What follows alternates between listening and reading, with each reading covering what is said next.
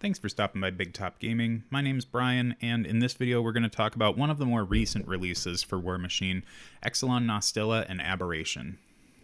Exulon Nostilla is a mercenary cephalic solo for 20 points that comes with 10 health and has the true mercenary ability that states this model will work for any army, but you may only include one model with true mercenary in your list during list construction. Exulon Nostilla comes on a 40mm base, has the Pathfinder, Eyeless Sight, and dual attack advantages. She's got a speed of 6, arcane attack of 6, mat of 6, rat of 6, defense 16, arm 14, arc 5, and control 12. Exulon Nostilla is also a journeyman Cephalix warcaster, which explains why she costs as many points as she does. She has the limited battle group of Abberation, so she can only take Abberation in her battle group. She also has anatomical precision, so if she fails to exceed the arm value of the model she's attacking, that model automatically suffers 1 point of damage, and if they happen to have tough, they won't be able to take that tough check if they're disabled by the attack. She also has Succor, so if she's hit directly by an enemy ranged attack, she can choose a friendly non-incorporeal warrior model within 3 inches to be directly hit instead. And then she also has the star action called Vitalizer, has a range of 6, and states target friendly monstrosity. If the target monstrosity is in range, it gains 1 focus. Just taking these abilities into consideration, Nostilla can get around the table well. It's really difficult to hide from her, and she's bringing a lot of the things that most Cephalix models are bringing with them already, things that a Cephalix player, Dark Operations player would be familiar with like the art, with the anatomical precision, and being able to have an ability that somehow buffs monstrosities. The Vitalizer, just being able to hand out a free focus, is really good. And Succor is one of those innate protections that a lot of like the true Cephalix, the non-drudge Cephalix models have for them. So I think Dark Operations player would be pretty comfortable utilizing Exulon Nostilla, but the having Awe can stack with a bunch of other things that faction in particular has access to, and against living models, she's defense 18 if they're within 5 of her, so she's a pretty strong piece just looking at the abilities alone. Moving on to Nostilla's weapons, we can see that the theme of control and manipulation carries through here. For ranged attacks, Nostilla has Psychic Force, it's Rat 6, Spray 12, Rate of Fire 1, POW 14, it's a pistol and magical. It has the rule Brain Damage on it that states a model damaged by an attack with this weapon cannot cast spells for 1 round. This is really fun to do to other journeyman warcasters if they like to get spells out, especially great on an enemy warcaster or warlock where they are using spells to get the majority of their work done. There's really no way to shake this out or get rid of it, and POW 14 with a boost means you should be likely to damage the model you're going for. So if you're I'm not saying like this is the main primary play line of Nostilla, but it's definitely something to keep in your back pocket to kind of catch your opponent off guard. Moving on to her melee attacks, though, she comes with 2 prosthetic blades, so she gets 2 initials, at mat 6 with a 2-inch reach and POW 10. That's not amazing, but she at least gets 2 of them, so if she's jammed up, she can try and clear herself off. But it also has the Inflict Pain ability, and this states when it hits a war beast with this weapon, this model can place 1 fury point on or remove 1 fury point from the war beast. So with Nostilla having Awe on top of Inflict Pain, it's going to be harder for the war beast to hit her, and then being able to mess with your opponent's fury is a pretty big deal. I can imagine that many war beasts would not like to have Nostilla hanging around ready to engage and put 2 fury on them, or take all of their fury away if it's one of your opponent's few war beasts left. I think she just really can hold someone under her thumb if she wants to. Finally, we have Nostilla's spell list. Now, Nostilla's spell list is very Cephalix flavored, but has a few contortions in there to make it feel like it's at least unique in a Dark Operations list. The first spell we have is Dark Seduction. This costs 3 focus, has a range of 8, and is offensive. You take control of target enemy non-leader warrior model, and you can immediately make a full advance with that enemy model, followed by a basic attack, and then Dark Seduction expires. You can only cast it once per activation, and the model affected can only be affected by the spell once per turn. So if you had 2 Dark Seductions in your list somewhere, you couldn't fire them both off on the same model in the same turn. So there are definitely movement shenanigans within Cephalix. There's like Influence and a few others that I'm forgetting. But Dark Seduction is neat in that you get to make the move, make the attack. You don't need to crit to do this like some of the other things. And it's a really interesting way to extend threat by pulling a model out, kind of getting a scenario advantage by pulling a single model off of an objective or out of an area that the opponent thinks is secure. But spoiler for ahead that Abberation is an arc node, so Nostilla can do this without really putting herself under much of any threat. So it's just a really nice spell to have access to be able to completely just manipulate the table the way you want to. The second spell she has on her list is Revive. It costs 2 focus, has a range of 8, and you simply target a friendly trooper model, and then you return a destroyed grunt model to that model's unit. You come back with 1 unmarked damage box, and you have to show up within 2 of the model that you targeted. And then the model also has to forfeit its normal movement and combat action the turn it's returned to play. So Revive is on 2 of the other Cephalix Warcasters, and I think that not only does this have an extremely good home in being repetitive between those casters, but I think that it's just good to have on a true mercenary in general. A lot of people will be picking up Nostilla, I think, just to be able to get this to go off, but being able to flood the board back with like Iconoclast Drudges or Criterions is going to be really helpful for a Cephalix army. The third spell that we have is Vision. Vision costs 2 focus, has a range of 6, and is an upkeep. When target-friendly faction model is directly hit by an attack, you can choose to have it suffer no damage roll from the attack, and then Vision expires. So in a non-Cephalix army or a non-Dark Operations army, this really will only affect Nostilla or Abberation, which either one of those is still really good. But within the context of Dark Operations, being able to shut down an attack from your opponent, like a charge attack that might have like you get charged by a weapon master or something, or a powerful attack, you have this in your back pocket to just kind of shut the damage down. It can be really strong. I think this kind of plays into the healing aspect that comes with some of the Cephalix Warcasters. We have 2 of them that have psychosurgery. There's tons of healers throughout the army's available pieces, and Vision is kind of like a pre-heal, right? It's kind of like you're taking your probiotics. It's the probiotic healer. So Vision is really unique and interesting and fun within the Dark Operations list, but outside of that, being able to ignore a damage roll on Abberation is really good too.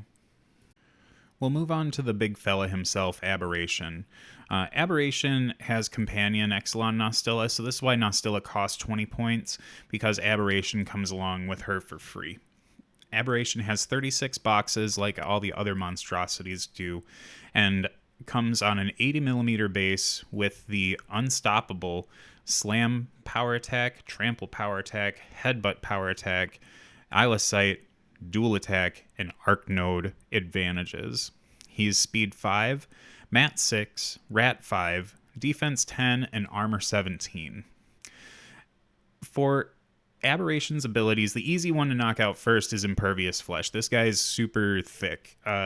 Impervious Flesh reads, when this model suffers a damage roll, roll 1 fewer die. So Arm 17 and 36 boxes, you look at him and think, this is not a really survivable piece. It's just the same as any other monstrosity. But that Impervious Flesh ends up taking quite a few points off, anywhere from 1 to 6, right? So he can be a little bit more difficult to chew through, and has Vision possibly on top of that to make it even more difficult.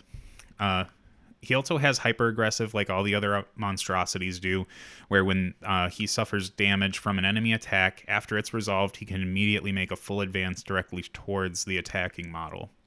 The unique set of abilities on Aberration that sets him aside from some of the other monstrosities is this hormone manipulation ability.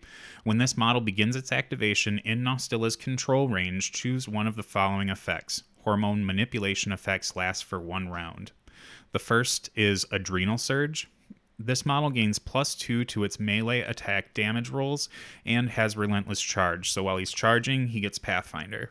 He also has Dopamine Boost. This model gains Overtake and Swift Hunter. So when he destroys one or more enemy models with basic melee attack during his combat action, after it's resolved, he can advance up to 1 inch. And then Swift Hunter is whenever you kill an enemy model with a basic ranged attack, after it's resolved, you can move up to 2 inches.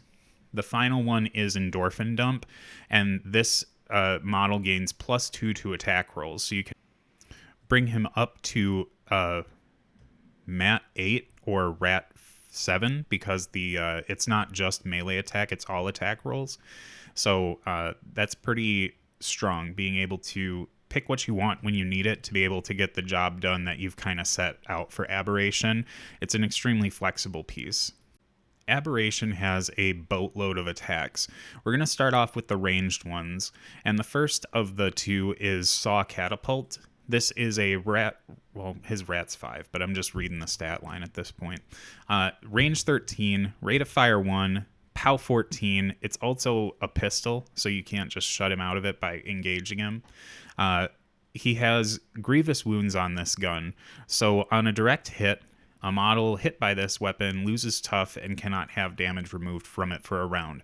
This is really cool if you were to charge someone, do some attacks with this gun first. I'm pretty sure you can do that first, and then shut them down from healing or getting tough. So if you're like going into a rapid healing model or something, of course I could have the rule wrong here and then this doesn't matter, but being able to shut down healing from 13 inches away, 18 inches if you include his movement, is pretty bonkers. It's very strong. Also, with Aberration being a monstrosity, I did forget to mention that he's got the brain system, so he can take damage to get focus dumped back on him, and then Nostilla also has that vitalizer to be able to top him off of focus if he needs to. So Aberration should be able to do pretty much everything he wants to, with the accuracy or damage boosts that he wants to between all of his adrenal business and focus boosting. So the second ranged weapon that Aberration has is the Adhesive Blaster. This one is a Rat 5. Range is Spray 8, rate at fire 1, also a pistol. It has Reload 1 and Shadowbind. So Reload 1 lets you spend a focus to make 1 additional ranged attack with the weapon. And then Shadowbind is, and this is the crazy thing, it's not a crit effect or anything, it's just if you get hit with this, you are shadowbound. A model hit by this weapon suffers Shadowbind for 1 round. A model suffering from Shadowbind suffers -3 defense and cannot advance for 1 round. Shadowbind cannot be shaken. The thing that gets gnarly with this weapon is that it's a Spray 8. Like, if it were just range 8, I'd say, yeah, that's pretty good. I can just shoot twice and get 2 Shadowbinds out and be happy. But it's a spray, so everything underneath that 8-inch not template anymore. Got to get with the times, Brian. Everything within that 8-inch line is just Shadowbound as long as Aberration hits them. And if you're trying to shut down some movement, kind of trying to jam your opponent with their own models, being able to get up and do 2 Spray 8s with the reload while choosing the I think it's the Endorphin one is the one where you get +2 to range to attack rolls. You're shooting at Rat 7. It's just brutal. I feel like I haven't seen this play out on the table just yet, but I just have a feeling in my soul that this is just the most unfortunate thing to have happen to you if you run into it. For Aberration's melee attacks, we start off with Hydraulic Shears. These are Mat 6, Range 2, POW 17. Comes with the Crit Decapitation rule, where on a critical hit, double the damage exceeding the arm of the model hit, and a model disabled by this attack cannot make a tough roll. I would have really liked to have seen the tough roll just be base, or ignoring tough, like maybe grievous wounds on this particular weapon, just base instead of having to try and crit for it. Maybe that might be too good, but crit decap's great. I mean, if you hit it, it's amazing, and then you can save all the focus on him and start doing more or spending that more on shooting instead of fighting. So hydraulic shears are a great weapon at POW 17. Can go up to POW 19 with your adrenaline, and then POW 21 with instigate. There's just so many things you can do with this guy to just crank him up to 1,000,000. The next melee weapon is a tenderizer, Mat 6, range 2, POW 19. And then has the beatback special rule. Immediately after a basic attack with this weapon is resolved during the model's combat action, the enemy model is pushed 1 inch directly away from the attacking model, and then this model can move 1 inch directly towards it. So tenderizer, POW 19, we're going to get up to POW 23 if we get all the regular buffs on us, and some of our warcasters have access to armor debuffs, so it could be 25. This is just another blender attack and can get things out of your business if they've gotten too close by just pushing them back every time you tap them with tenderizer. So if you're fishing for trying to go for big damage, you can keep attacking with shears. If you just want to keep beating back and still get respectable and consistent damage, tenderizer is a good one for that too. Next up, we have 2 grappling claws. These are range 1 open fist weapons and have POW 14. They have the man catcher special rule that just states a warrior model hit by this attack suffers -2 defense and cannot advance while in this model's melee range for 1 round. I do need to take something back before we go too far. I didn't realize that Instigate was large based or smaller, so Instigate isn't going to give Aberration anything, but we do have the ability to get those numbers functionally that high. So getting back to the grappling claw here, this one is a neat... the man catcher's a neat rule. If you happen to get into like 2 mana war that have the unstoppable rule where they can just ignore you and walk away, man catcher is going to be able to pin them down.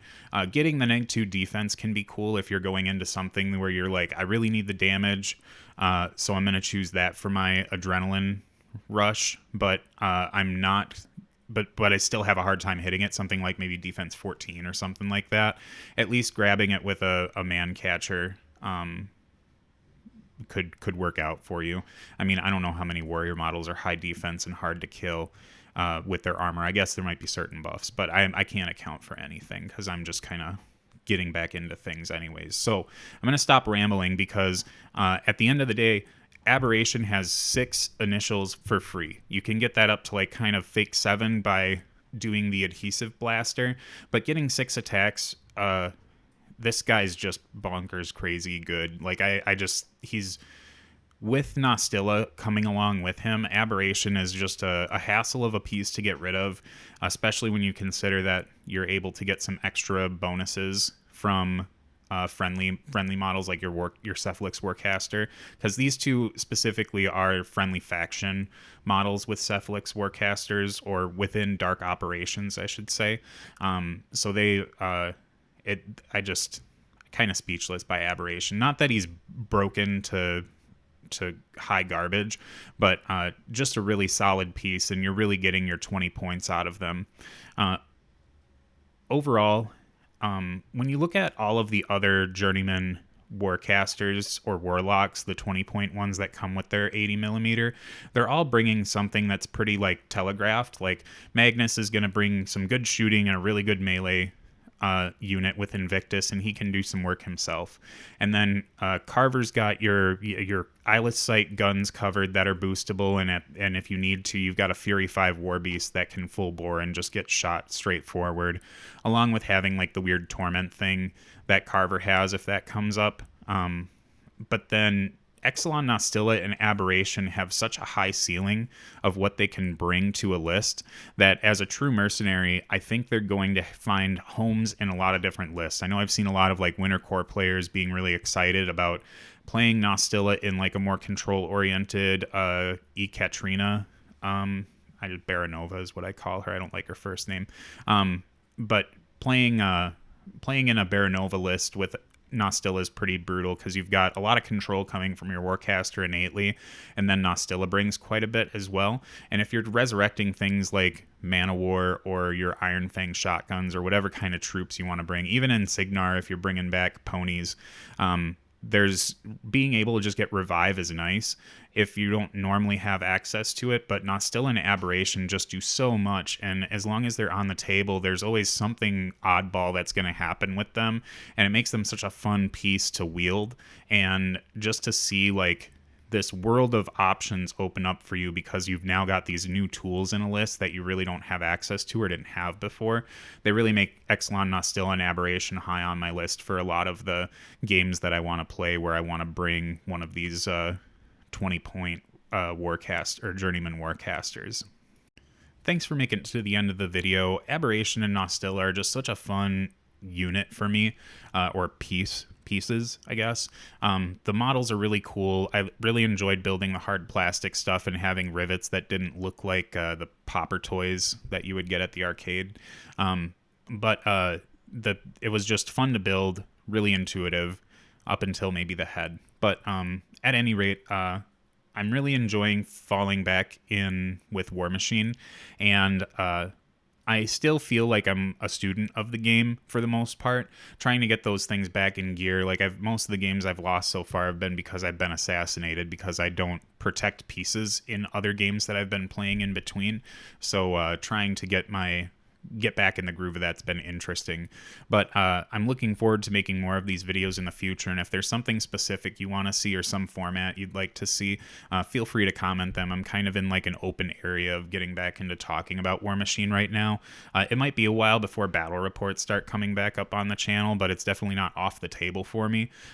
Just really happy to be back in the saddle, so to speak, making Warmachine content. I'm just really looking forward to the future of the game, and I'm currently kind of wrestling on what the next faction I should pick up should be. I was really kind of geared towards Old Umbry since it's Khador stuff, but I think Kithgard is a really high one on my list, but until then, I think I might be looking at Shadowflame, but or the new Mecha Legion stuff. Just really excited. Everything is exciting with the game right now, so look forward to more videos from me, and I'll look forward to seeing you all in the next video.